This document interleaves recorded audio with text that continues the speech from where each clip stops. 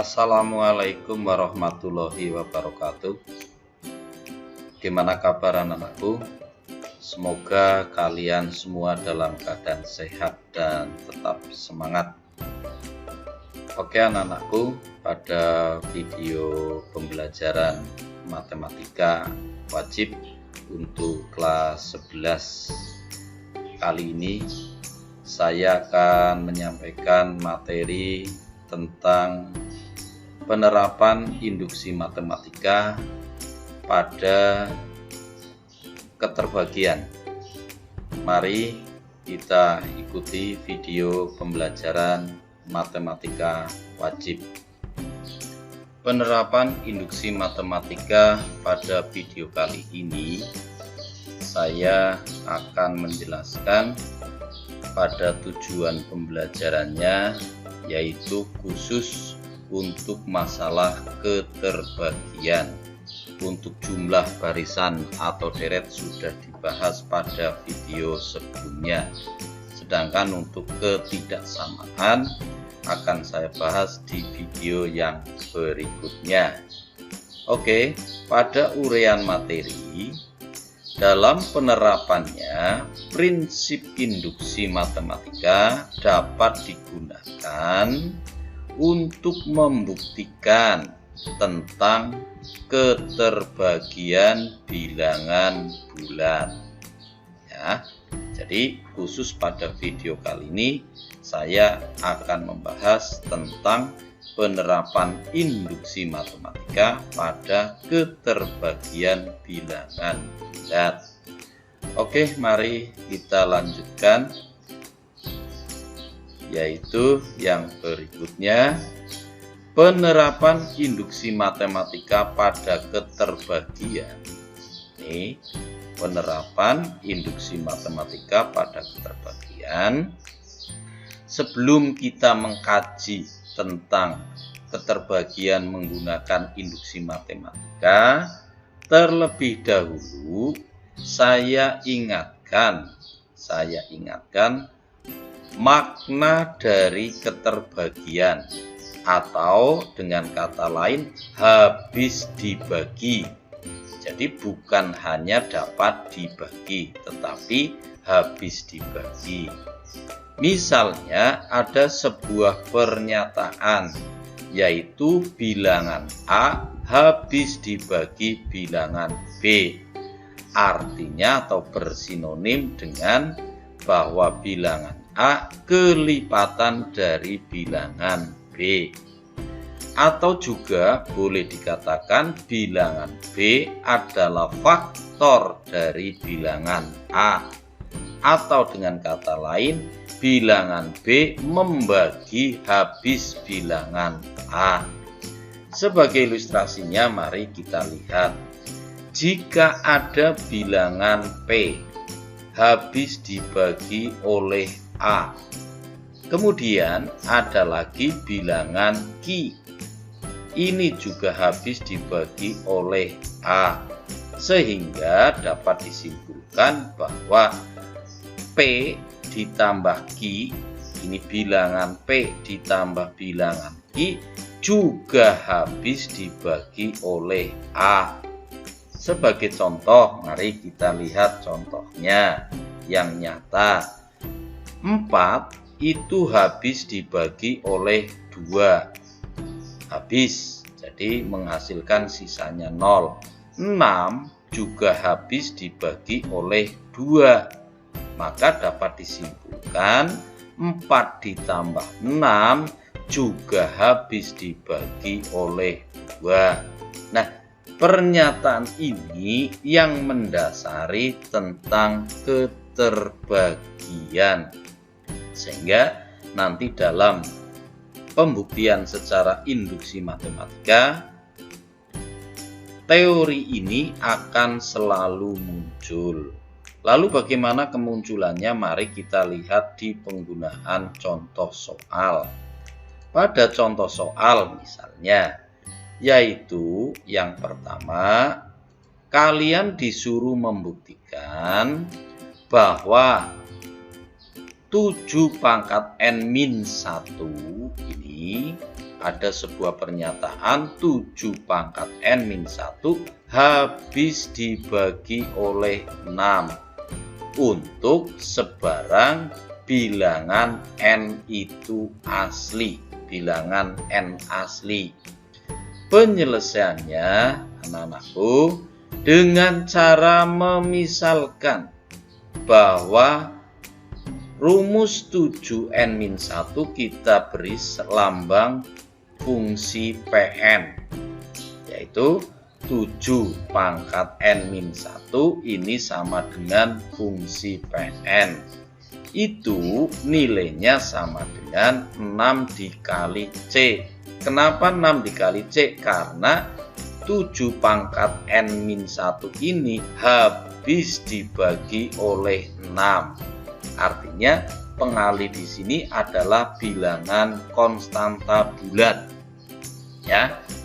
Jadi sekarang untuk membuktikan bahwa untuk setiap N dari pernyataan 7 pangkat N-1 hasilnya adalah habis dibagi 6. Langkah pembuktian secara induksi itu ditempuh dengan 2 langkah. Langkah yang pertama namanya langkah dasar. Mari, pernyataan Pn sama dengan 7 pangkat N-1 ini saya nyatakan sebagai ruas kiri. Sedangkan 6 kali C atau 6 kali konstanta adalah kita anggap sebagai ruas kanan. Tugas kita pada langkah dasar adalah membuktikan bahwa ruas kiri nilainya sama dengan ruas kanan. Kita ambil misalnya untuk N sama dengan 1. Jika N sama dengan 1, maka fungsi Pn berubah menjadi fungsi P1. Lalu rumus 7 pangkat N berubah menjadi 7 pangkat 1 dikurangi 1 tetap karena ini sebuah konstanta. Selanjutnya 7 dipangkatkan 1 hasilnya 7. 7 dikurangi 1 hasilnya 6. Jadi untuk P1 hasilnya adalah 6. Nah, supaya lebih paham lagi, mari kita lihat misalnya. Ini misal, bukan masuk dalam ranah langkah dasar. Misalnya N-nya kita ganti dengan angka 2. Maka P2 itu sama dengan 7 pangkat 2. 2 dari mana? Ini pengganti dari N. Rumus aslinya adalah 7 pangkat N-1. 7 pangkat 2 dikurangi 1. 7 pangkat 2 hasilnya adalah 49. 49 dikurangi 1 hasilnya adalah 48. Pertanyaannya, apakah bilangan 48 habis dibagi 6? Ya, karena 6 kali 8 hasilnya adalah 48. Sehingga ini juga bisa ditulis menjadi 6 dikali 7 pangkat 1 ditambah 1. Artinya bahwa bilangan 48 ini habis dibagi 6. Sehingga langkah dasarnya ruas kiri tadi ketemu 6, ruas kanan adalah 6 kali 1. Berarti hasilnya juga sama antara ruas kiri dan ruas kanan, sama-sama menghasilkan bilangan 6. Paham ya untuk langkah dasarnya? Mari selanjutnya kita lanjutkan dengan langkah yang kedua, yaitu yang dinamakan langkah induktif. Pada langkah induktif, langkah-langkahnya sebagai berikut. Kita tulis rumus aslinya Pn sama dengan 7 pangkat N-1 sama dengan 6 kali C. Nah, sekarang jika N-nya diganti dengan K, N diganti dengan K, maka diperoleh PK sama dengan 7 pangkat K, N-nya diganti K, dikurangi 1 sama dengan 6 kali C. Ini adalah pernyataan dari rumus PK. PK-nya ini. Yang selanjutnya yaitu mengganti N ini dengan K plus 1. Dari rumus ini dirubah menjadi PK plus 1. Sehingga K yang di sini berubah jadi K plus 1. Negatif 1 tetap sama dengan 6C yang akan kita buktikan. Mari kita buktikan. 7 pangkat K ditambah 1. Kalau pangkatnya penjumlahan berubah menjadi perkalian, sehingga 7 pangkat K dikali 7 pangkat 1 dikurangi 1 tetap. Nah, sekarang 7 pangkat 1 hasilnya 7. Lalu angka 7 ini karena orientasi kita menuju ke arah bilangan 6, maka bilangan 7 ini kita ubah menjadi 6 ditambah 1. Ini perubahan dari angka 7. Selanjutnya 7 pangkat K dikali dengan 6. 7 pangkat K dikali dengan 6 menghasilkan 6 kali 7 pangkat K. 7 pangkat K kali 1 menghasilkan 7 pangkat K. Satunya tetap. Lalu yang berikutnya, setelah ada pernyataan yang seperti ini, maka kita ingat kepada rumus yang atas. Rumus yang atas untuk pernyataan 7 pangkat K min 1 ini, 7 pangkat K min 1 itu adalah nilai dari 6 kali C. Adalah 6 kali C. Sehingga ini berubah jadi 6 kali C. Sedangkan yang depan ini tetap, yaitu 6 kali 7 pangkat K. Nah, sekarang saya ingatkan. P habis dibagi A, Q habis dibagi A. Berarti ini adalah P, kemudian 6C adalah Q. Oke, adalah Q. Pernyataannya P ditambah Q juga habis dibagi A. Nah, sekarang 6 kali 7 pangkat K berarti kan habis dibagi 6. Coba mau K-nya berapa di sini? Mau 1, ya berarti 6 kali 7 pangkat 1, 42. Apakah 42 habis dibagi 6? Ya. Misalnya K-nya diganti dengan 8. Maka 6 kali 7 pangkat 8 ini pasti habis dibagi 6. Silahkan kalian buktikan. Nah, sekarang yang bagian belakang 6C, 6 kali 1 habis dibagi 6, 6 kali 2 habis dibagi 6, 6 kali berapapun habis dibagi 6. Kalau P-nya habis dibagi A, Q-nya habis dibagi A, maka P ditambah Q juga habis dibagi 6. Paham anak-anakku? Berarti langkah induktif juga terbukti. Langkah tadi yang pertama adalah langkah dasar sudah terbukti, langkah induktif juga sudah terbukti. Oke, yang selanjutnya mari kita lihat contoh yang kedua. Pada contoh yang kedua, kalian disuruh membuktikan bahwa dua ini adalah faktor dari N kuadrat ditambah 5N untuk sebarang bilangan asli N. Oke, berarti kalau 2 adalah faktor, artinya N kuadrat ditambah 5N untuk sembarang N, N-nya mau 1, 2, 3, 4, dan seterusnya, itu habis dibagi 2.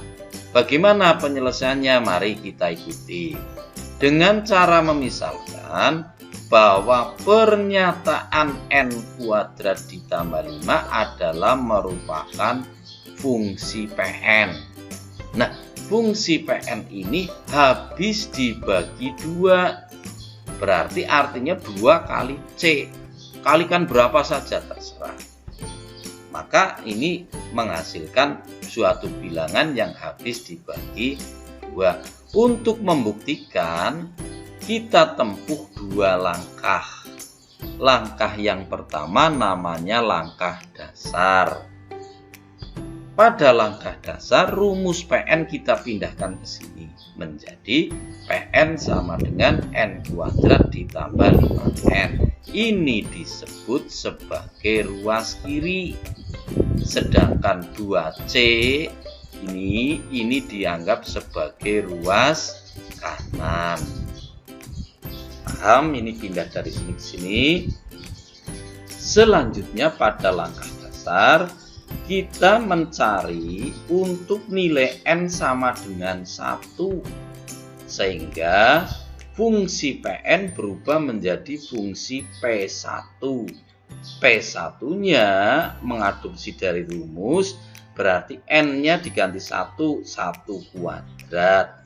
5N 5 kali 1. 1 kuadrat 1, 5 kali N 5. 1 ditambah 5 hasilnya 6. Ini untuk pengerjaan di ruas kiri. Nah, sekarang pernyataannya, jika C-nya kita ganti 1, maka maaf ini bukan 6. Maka 6 itu juga habis dibagi dengan 2. Ruas kiri juga 6, ruas kanan juga 6. Sehingga pada langkah dasar ini itu terbukti. Oke, sekarang mari kita lanjutkan dengan langkah induktifnya. Bagaimana langkah induktifnya? Mari. Pada langkah induktifnya, rumus Pn kita tulis. Rumus Pn ditulis apa adanya. Sekarang N-nya kita ganti dengan K. Jika N-nya diganti dengan K, maka menjadi rumus PK. Rumus PK-nya adalah ini. Yaitu K kuadrat ditambah 5K sama dengan 2C. Sekarang jika N-nya diganti dengan K plus 1, maka fungsi PK ini berubah menjadi PK plus 1. Sehingga K di sini berubah menjadi K plus 1. 5K, K-nya berubah jadi K plus 1. Karena ini bentuk kuadrat, maka menjadi K plus 1 dikali K plus 1. Karena bentuk kuadrat. Sedangkan yang ini masih tetap 5 kali K plus 1. Lalu lakukan perkalian. Depan kali depan. Depan kali belakang. Belakang kali depan. Belakang kali belakang. Diperoleh K kuadrat plus 2K plus 1. Ini hasil perkalian dari K plus 1 dikali K plus 1. Sedangkan yang ini masih tetap. Ini dipindah ke sini. Oke. Nah, yang selanjutnya dari bentuk K kuadrat ditambah 2K ditambah 1 ditambah 5K ditambah 5. hasilnya penyederhanaannya menjadi 1, ini bilangan 1 ditambah dengan 5 menghasilkan bilangan 6. Sedangkan 5-nya pindah ke depan, 2-nya pindah ke belakang. Sehingga diperoleh pernyataan baru adalah apa? K kuadrat ditambah 5K ditambah 2K ditambah 6. Nah, sekarang K kuadrat plus 5K ini tetap yang depan. Kemudian yang ini kita uraikan menjadi 2 kali K ditambah 3, 2 kali K, 2K, 2 kali 3, 6. Tetap ya. Lalu yang berikutnya adalah mencari pernyataan. Ini kalau yang depan ini adalah K kuadrat ditambah 5K. Itu apa? K kuadrat ditambah 5K ini sama dengan apa? Sama dengan 2C. Nah, sekarang yang belakang 2 dikali K plus 3 ini berubah jadi 2C, yang belakang menjadi 2 kali K plus 3. Pertanyaannya Pak Girno, ini ada 2 pernyataan.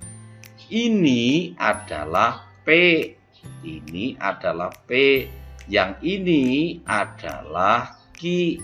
Oke, sehingga kalau P ditambah Q berdasarkan pernyataan ini, P habis dibagi A, Q habis dibagi A, maka A, P ditambah Q juga habis dibagi A. Sekarang 2C habis dibagi 2.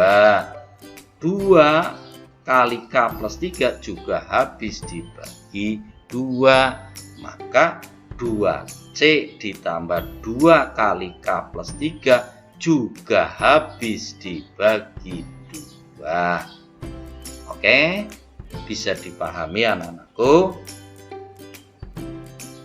Kalau sudah bisa dipahami, mari kita lanjutkan. Yang berikutnya adalah mengenai latihan soal.